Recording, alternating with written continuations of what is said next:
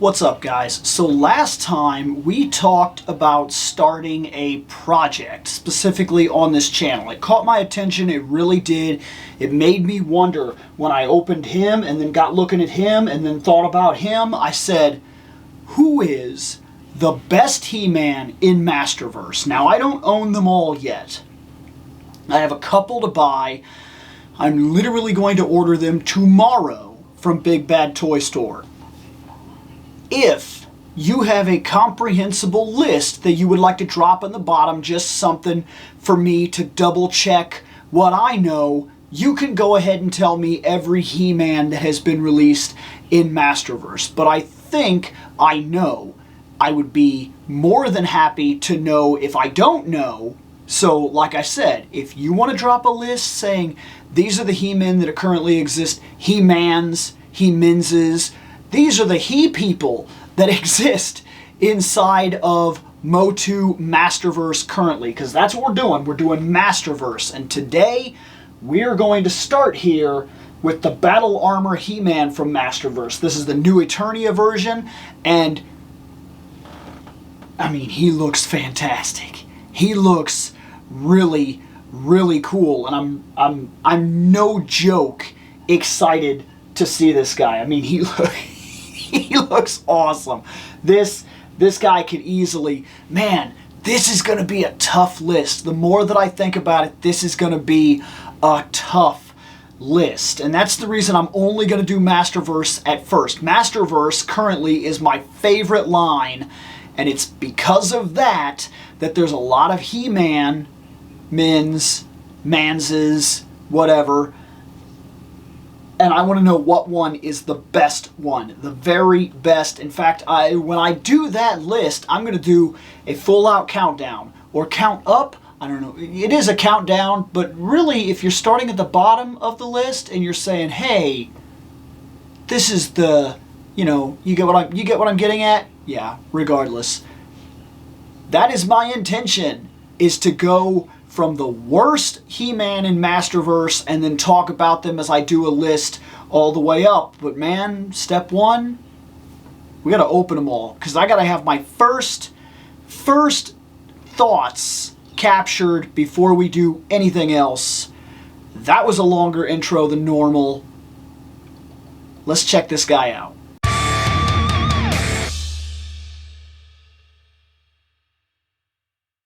Okay, here we are. This is it. Now, these two are the best people that I could think of, the best ones from the line so far, and that's the only reason they're really up here, is to kind of keep us on track for what we're doing.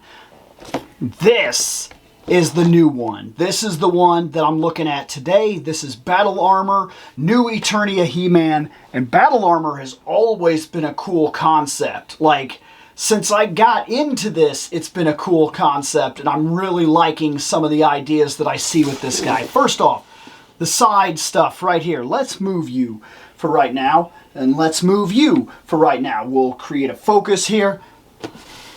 There we go. Okay, the side picture, like I said, I really like this spine art. It was one of the things that I did not like about the packaging that existed on the 40th anniversary He-Man. I would have really, really liked this side art, because I actually think it's a big part of the display option.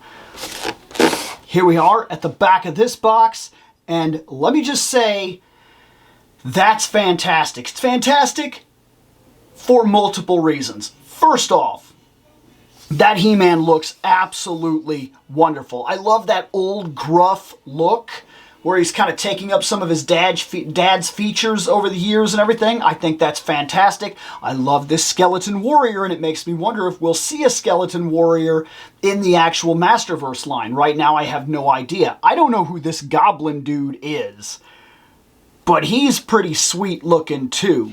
So, right off the bat, I like that stuff. And here I see this. Are these the two guys, but not yet put together for Too Bad? I wonder if that's what's going on there in that art. And if that's true, it makes you wonder if we're going to get these guys separate, because I already have Too Bad, and I'm very curious if we'll get those separate.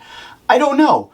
Okay, so the cross cell down across the bottom. So far, I have this guy. That's it. Battle Armor He-Man. This wave, I have almost nothing. I don't have Jitsu, I don't have Hero, I don't have Sunman.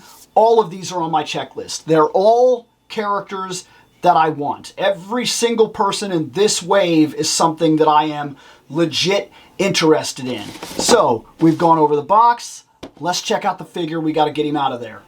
Okay, here he is. Now, right off the bat, let's just look this guy over. This is him, okay? And we do have a power sword. He did come with a power sword, and it looks to be a good one. I'm actually liking this one quite a bit. Here, check this out. It's got this wrap on it, which I really, really like. I think that's really stunning, and it really brings out the power sword, makes it one of the better ones that actually exist so far. He has the same wrap on the axe, which once again, that's a feature that I really like. I think that that wrap being on the axe, it's not a big thing, but it's a mild little extra piece of detail that really brings the weapons to life. I think it's actually very important. He does come with a shield with a He-Man emblem, which is this is the He-Man emblem from the new Revelation show, as far as I'm aware, because most of the old He-Men have this this cross, and then some of them have something that's a little bbit different than this cross, but mostly this is the symbol I like the most. But regardless, if He-Man had become something, if he became like an icon, and this is, because I'll explain what I personally think this guy is as we get into this. Right off the bat, he can actually wear his shield, so it clips on here, which that is really cool because it allows him to hold the shield while at the same time he would be able to wield the sword and everything. He has this, which this I think is pretty cool. We could take this armor piece right off here and then put this on there, and then he's got battle damage. So it's not a flip mechanism, but you know, I've talked about this I've talked about this already. I would prefer these be action effects, not action features. That's just the way that I am. He also, of course, came with his extra hand for punching and his extra hand for slapping. Okay, that is him.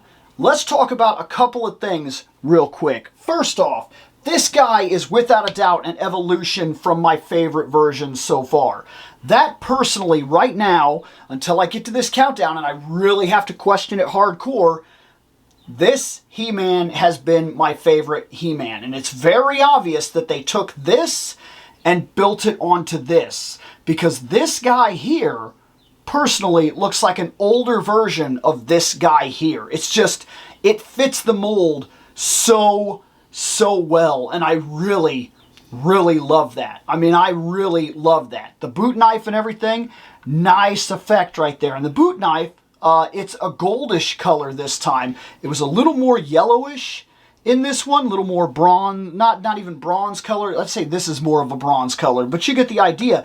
The color being darker, I really like that. These pieces of armor here are a little bit darker. That's about, nope. Yeah, these are a little bit. So yeah, the belt. I like this symbol here on the belt. I think that's really cool. The only thing I'm not sold on, and here's the thing. These guys were built to be a certain way. Just like he starts as Viking He-Man and can be converted into this He-Man, which does make a legit difference, by the way. Let me get up. I'm going to go over here. I'm going to get him, and I'm going to show it off real quick. That is a legit difference. Personally, to me, these two figures, I know those are mild changes, but they're mild changes that do 100 favors for the figures. That is a classic Masterverse He-Man design. What if He-Man was redesigned and launched for the first time in Masterverse? That's what we're looking here. This is He-Man if the classic figure was in Masterverse. Not the same idea. Not the same idea. That's why it's so visually different. That is a He-Man built specifically for Masterverse, built from the ground up in Masterverse style. And the Viking is built off some of the old artwork as to how He-Man was originally going to look, and that's fantastic. So we ended up getting this and this, and the conversion goes really well. So, knowing that 100% and seeing as to the way that that's the way I feel about it, he has a similar function. We can take this off. Looks like it clicks right there. So we're going to pull that off, okay? There's that, okay? And then we're going to take this off too. So there's a little button down here. You pop that off, and you end up with old style Battle Armor He-Man. Do I think the effect is every bit as good as the effect that we got taking Viking to He-Man? No. I think this works better in terms of a reversion type deal, in terms of getting multiple figures from the same figure, and he just tends to look less armored. That's really the way I feel about it. He looks less armored, which you could argue, okay? You could argue, and you would be fully viable in arguing that that is Battle Armor He-Man, because that's what Battle Armor He-Man legit is. In fact, I'll just, we'll do this again. I'll get up, and I'll walk over here, and I'll grab Battle Armor He-Man, and I'll bring him back over here, and there he is. Sorry, I hit the camera. But there he is. Look, Battle Armor He-Man has always kind of just been this. He's got that one plate chest of armor, and that's it right there. You're looking at it. These two guys, that makes sense. The reversion does work fairly well. It's still not my favorite thing that I've ever seen, but it works fairly well. It does work, and it is quite well done. I would display him like that. But I do like all the armor. There is a bit of an issue, though. First off, I want him to look worn. I want him to look battled. So what we're going to do here, is we're going to pull this front off. There we go. So that comes off. It's that easy. And then we'll pop this off. This is just a little insert thing. So we're going to get our fingers in there. We're going to pull that off. This is actually pretty cool because it makes it look like there's a technology taking place. I don't know exactly, but it looks like a technology, and that's pretty cool because, of course, we have technology and we have Eternai and things of that nature. And so then we're going to go in here and we're going to put this on him. So we line those up, push that into place, bring his armor back in, push that into place. There, he's battle damaged. That's pretty cool. Then we'll put this back on him because he needs his belt. Because I actually do think that this adds to it. I think it's a really good effect. See how hard this is to put back on. It is giving me a little bit of trouble, but that might be a good thing because you want that once you get it sealed in, it's going to stay in, and it looks like we'll actually get that effect. It'll stay on there. This is the only part I'm a little worried about. See, it's good, but it's... Maybe this is why. Because it has this little piece right there, and I'm thinking that maybe this needs to be specifically set onto that so that it actually holds. And then, oh man, it doesn't really do what I'm wanting it to do though. Okay, because it has to be kind of further down on him to clip in. So, okay, so let's get this clipped on. Dang, it really wants to fight me, actually. It's this one's a little tougher to get back on. I'm sure I can do it. There it is. There. And then, of course, you just kind of roll it back up there. Maybe I messed up. Maybe I messed up. Maybe this is, did I put it on upside down? I may have. Maybe it goes this way. That actually makes a lot more sense. Yeah, I think that's what I did. I think I put it on backwards, but that's fine. That's part of figuring all this out. There, so now he has the shoulder pad, which it really has trouble staying on the bicep. I'm going to be honest about that. Hopefully the camera wasn't way too blurred. It likes to autofocus on my hands. It's because I don't have the 2 light setup anymore. We talked about that in a previous video. I lost one of my lights. I used to purposely keep a light to the left, a light to the right, and then like a source light that was right behind me. And I don't have that set up currently, and it does cause problems with the autofocus, but the autofocus is the fastest way to film and get content out, so it's just kind of a bit of a mess right now, but I'm working on that. I actually have the possibility of new lights coming in. There. I like that look. I like this a lot. So let's get the shield, because I want the shield on him as well. So we're going to push that in here, and we're going to make it stick. There. Now he's got that. Now I want the power sword in this hand. Whew. Oh my gosh. It is, that's a tight hand. There we go. And then we're going to put this, oh no. Then we're going to put this in this hand. I'm going to get it. This is not me complaining. I'm actually happy that it's kind of rough. This is the only part I'm not liking. I'm going to be honest here. The only part I'm not liking is something that I like and don't like. This shoulder pad here is both awesome and a pain in the ass. Every time he moves, it wants to move with him. And of course, it's just held by his bicep there. And it's not so tight that it can't be. So if he's like this, right? He's got the power sword here, and then he brings his arm up into a stance where he's kind of holding the axe somewhat behind him or everything.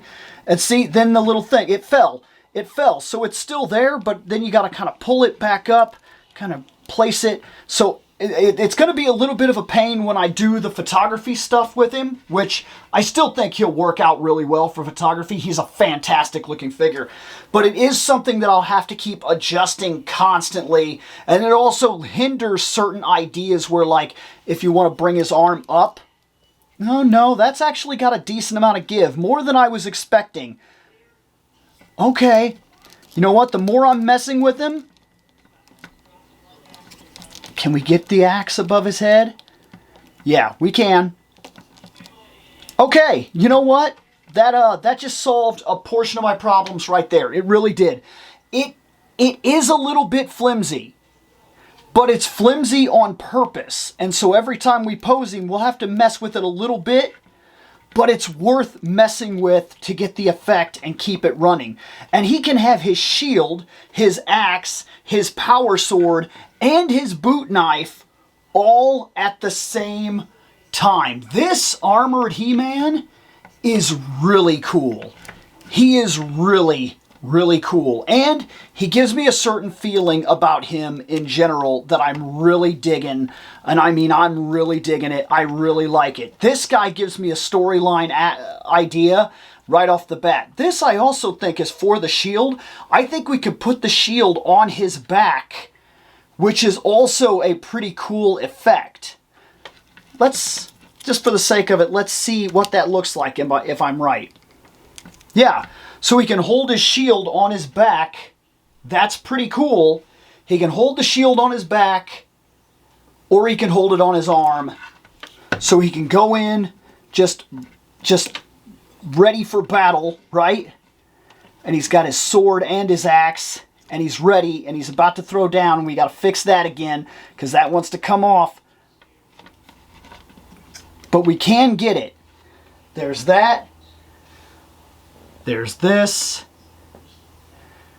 There's this. This almost looks, and this is exactly what I was talking about, personally, this is really cool. This, to me, that's a timeline.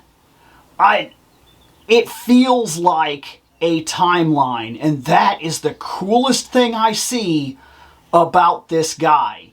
So, this is the way that I'm seeing this character, and I really am, and I've talked about this before, and I've even said it to some people. I get comments on the videos sometimes, and they're almost always the same thing. They're basically people picking one part of the mythology they like, and they make it law. It's law.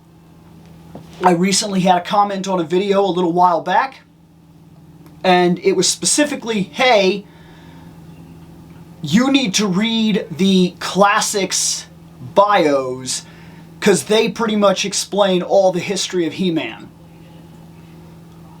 Yes and no.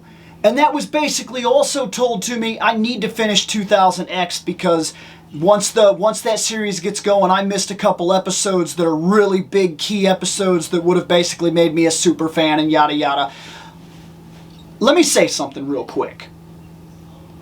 Motu, and I've argued this from the beginning, is malleable.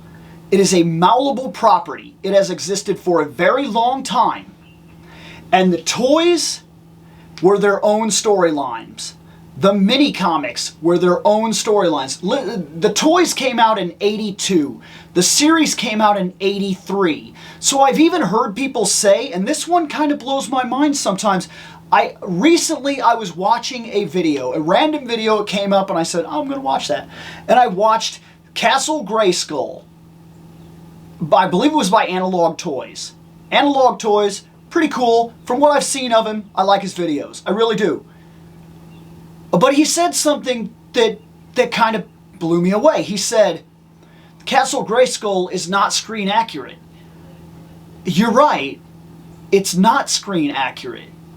Because it was never meant to be screen accurate. None of the figures were. Just like Teenage Mutant Ninja Turtles. Teenage Mutant Ninja Turtles, the toys that released, they released and they looked the way they did for a reason. They didn't look like the cartoon because they were never meant to look like the cartoon. They were based on the comics. Well, the toys were based on fantasy artwork. They crafted fantasy artwork. Barbarian fantasy that then added technology, and I've argued the term barbarian techno-fantasy. It just works. It feels right. That concept, when it went through, when it became a thing, when they used it and they started making things, and they took a lot of inspiration from a lot of different things, because you could talk about things like Jack Kirby and whatnot. I'm not arguing that you can't say that, but what I'm saying is when they put all these influence in, they made toys. Toys were first. And then basically the question came up, how are people going to know anything about this? And the guys that were making the toys were pretty much like, they're barbarian fantasy figures. That's the story. They're barbarian fantasy figures. This guy fights against the other guy, and then they fight because it's what are you talking about? And so it was decided, hey, we're going to do mini comics, because mini comics, this is an easy way to kind of give kids a chance to kind of get into the world and understand the play factor a little bit. And the mini comics change the history of themselves rapidly, almost to the point of being violently, how do I put this? Violently different from one another. I read every single mini-comic. I bought the collection and read the entire thing. That giant book, I read it. I read it from literally cover to cover, read every interview, everything. And when I was doing that, I realized that from one comic to the next, characters were switching alliances, characters were switching backstories, characters were changing dramatically in just the way that they talked, the way they presented themselves, the color of their hair, everything. Constantly. Because it was a toy line first and foremost. And these figures should give you an impression. The very first thing you should do is look at the figure for what the figure is and say, okay, I think I feel what's happening here. These, I've argued this in many videos, are avatars of the imagination. And in your imagination, when you look at this guy, that's the story. You just did it. Whatever you saw when you looked at this guy, that's the story. That's the story. It's your story. It's yours. This property is malleable. It's hugely malleable. Every time they release a figure, the story changes. Every time they release a comic, the story changes. Every time they release a show, the story changes. Every time they release a movie, the story changes. Every single time. Look at King Randor through the mini-comics, and look at what he appears when they get him in Filmation. And look at how people refer to him when they get him to 2000X. These are all different characters. They're different characters playing different fantasy roles. It's kind of like a campaign of D&D, and I've argued this one as well. Every single time you play D&D, you got that one guy who maybe basically plays the same character every single time. You have this in D&D groups. You have the guy that always plays a ranger, knows what his character is, has it all thought out, and never wants to make a new character. Or the guy that plays the fighter, and he's got these every single time. But what's funny about that is no matter how many times he makes He-Man, it's a different story. It's a different story because he can't just play the same character under the same circumstances and the same story all the time, because D&D isn't built like that, and D&D changes and moves us forward, and every single time we interact and add imagination to the concept, it changes the characters. So even if you play the same characters in 5 different campaigns, you'll have 5 different stories. That's Motu, man! That's Motu at its absolute core. Avatars of the imagination. And the way that I see it, the way that I see this laid out, is that this is the youngest guy coming onto the shores, right? For whatever reason. In his bio, his little bio that was on the back of his box, he left his people because he feels an evil in the world. Something's wrong. There's havoc energy building, and he goes off to deal with this guy. And this guy is attempting to create something from havoc energy that will pretty much make him immensely dangerous. And he's looking to stop it. Now, once you go a little further in that storyline concept, I feel like he grows into this. He loses the helmet. He loses the arm pieces. He focuses a little less on his defense, right? Becomes more aggressive, faster. And this is the reason I have him like this. This is heavier. The axe is a heavy blunt force weapon where he's using the armor to deal with the fact that he's going to be a little slower, and he takes hits. And as he takes hits, he uses that axe to end enemies. That's cool. I like that concept. But as time goes on, and he gets more skill and whatnot, he finds out that by dropping the armor and getting faster, he can kill most enemies before they become a problem, and he doesn't have to outlast them energy-wise. He has more energy from fighting this way, fighting in the barbarian style, this nearly naked warrior man. He doesn't sweat as bad, he cools off easier, he's only carrying the sword at this point. He's built, he's a little smarter up here, he's become a little more strategic, and he outlasts enemies because he moves better and lasts longer than a guy that shows up in full plate mail, throws a couple of swings, and starts to wear out very fast. He doesn't have that problem anymore. But age catches up to all of us, right? And for me, when I look at this guy, that's what I see. I see, personally, that this guy's life has led him to a point where he becomes, say, King He-Man. And King He-Man has to go back into battle for whatever reason. Just like King Conan, right? And when he has to go back into battle, he realizes he's not as strong or as fast as he used to be. Even with the power of the universe, age catches up to all of us. And I would imagine, though I can't necessarily say, I would imagine that if you call the power of the universe, or if this is just a barbarian man, if we're going for that, if we're going for the more savage design of He-Man, the one that just walked out of the jungle and was just a dude and saw a monster attacking a woman, helped the woman, and the woman gifted him with some magical items, hey, if we're going for that kind of storyline, which who knows, maybe we are, maybe you could very much argue that as he got older, he wasn't as strong, wasn't as fast, and couldn't take the same hits that his younger body could survive easily. He could take some hits in his youth, and he could bounce right back from them. But as he's becoming an older man, taking hits isn't exactly his favorite thing anymore. So, he armors up. He carries a shield. He completely armors up, and he utilizes both styles when they make sense. He's good with the sword by this point in his life, and he's good with the axe by this point in his life. And neither one of them slow him down because he's learned when to use each one accordingly. And when he does make mistakes, he specifically is armored up because his body can't take the same kind of damage that it did in his youth. That's the way I see it. Like that's an off the cusp, right here, right now. I just saw this guy for the first time today. That's my imagination right there. That's it. That's as far as I can see.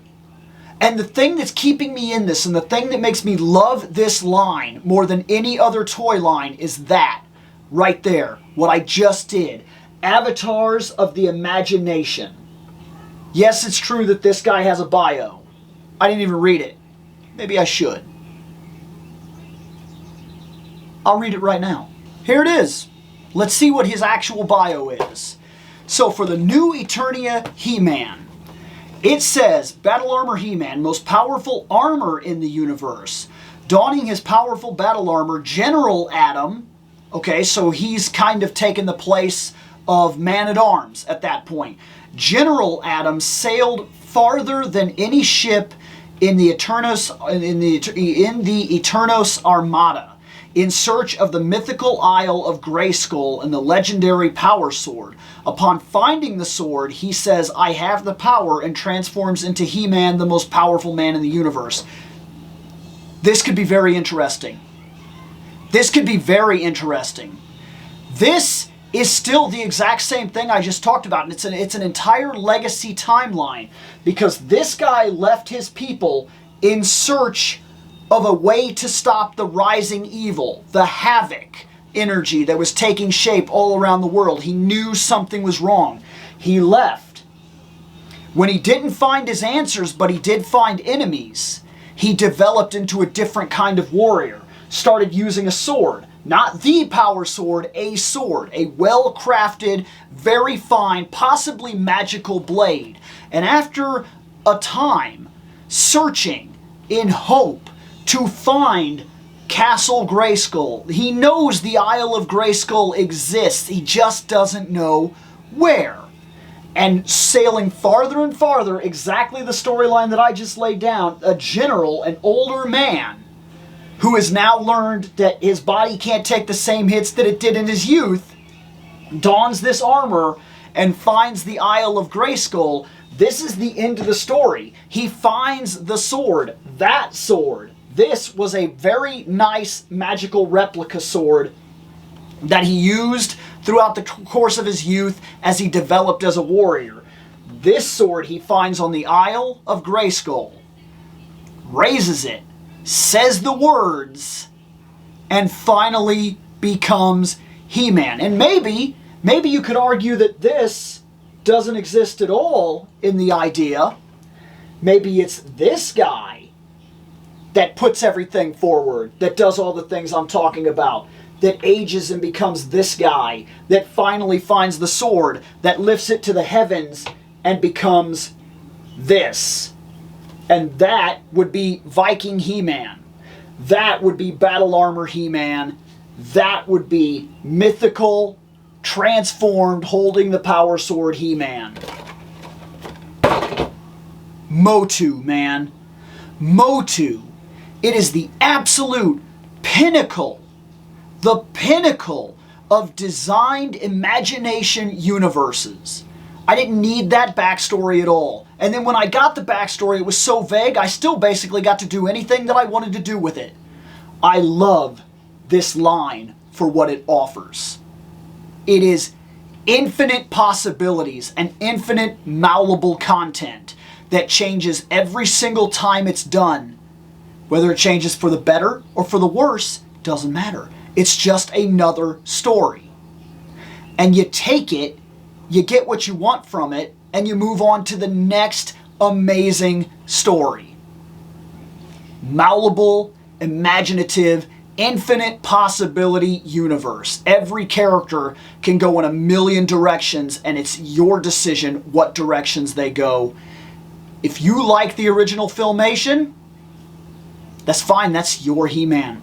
If you like the 2000X, that's fine, that's your He-Man. If you like Revelations, that's fine, that's your He-Man. Maybe you don't like any of that. Maybe you just like the stories that you used to tell yourself when you were a kid years ago, right?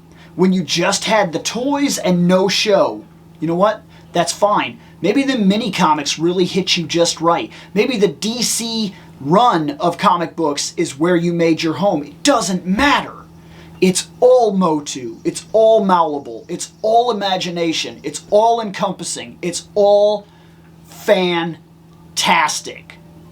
If you want to hear more of my views on Motu in general, check out my video, 1 year as a Motu fan, and I will lay it all down, everything that I've learned to this present date, and exactly how I view the series. And if you want to go even further back than that, go check out I'm Collecting He-Man.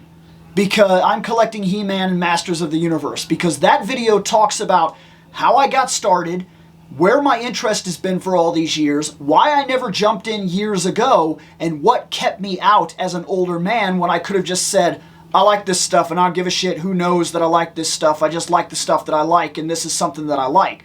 Why did it take me so long? There are real reasons to that.